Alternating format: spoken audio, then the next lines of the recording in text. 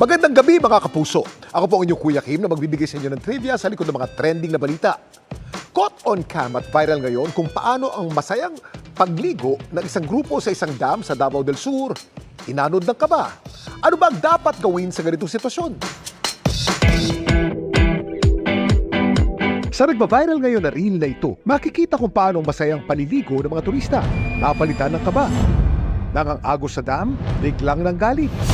Ang video kuha ni Chris nang minsang bumisita sa Nia Dam sa Bansalan, Davao del Sur. Yung video po na na-capture ko, siguro mga around 2 to 3 years ago na yon. Yung time na yon, napakalakas talaga ng ulan, napakasaglit lang na time. Ganun kalakas yung agos ng tubig doon. Ang lalaking ito na videohan pa niya na dali-dali raw nagpadaus-dos sa dam para umahon.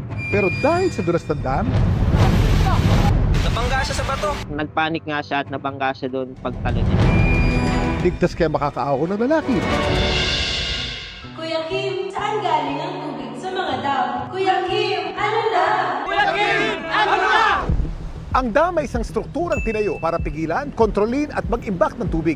Iba-iba ang pinagkukunan ng tubig ng mga dam. Pwedeng galing sa ulan, sa mga ilog at sapa, bukal, pati na sa groundwater recharge o tubig mula sa ilalim ng lupa. Ang pinakaunang dam naman sa Pilipinas ay ang Wawa Dam sa Rizal. Tinayo ito noong 1909. Marami namang gamit at benepisyo ang mga dam, gaya ng irigasyon, pagkontrol sa baha at pag-generate ng hydroelectric power. Habang ang iba, nahahanapan ito ng paraan para maging pasyalan o libangan, kaya ng kaso sa dam sa Bansalan.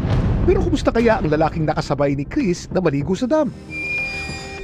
Ligtas daw itong nakaahon. Marami siyang sugat sa bibig, wala namang ibang nadisgrasya doon.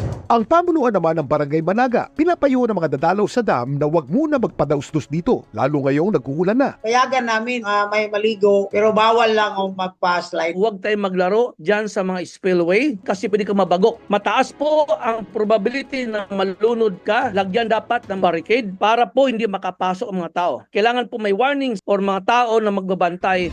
Hindi man pwede mag-slide pwede pa rin namang pagmasdan ang ganda nito mula sa malayo, pati na ng ibang dam sa bansa, gaya na lamang ng pinakamalaking dam sa Pilipinas. Ito ang San Roque Dam na matatagpuan sa pagitan ng mga bayan ng San Manuel at San Nicolas sa Pangasinan. Sa taas nitong 200 metro, ito ang tinuturing na pinakamalaking dam sa bansa. May kapasidad din ito na 850 million cubic meters. Kaya ito rin ang tinuturing na pinakamalaking water reservoir sa Pilipinas. Samantala, para malaman ang trivia sa likod ng viral na balita, tweet o i-comment lang, #Kuya Kim, ano na? Laging tandaan, kimportante ang may alam. Ako po si Kuya Kim at sagot ko kayo 24 oras.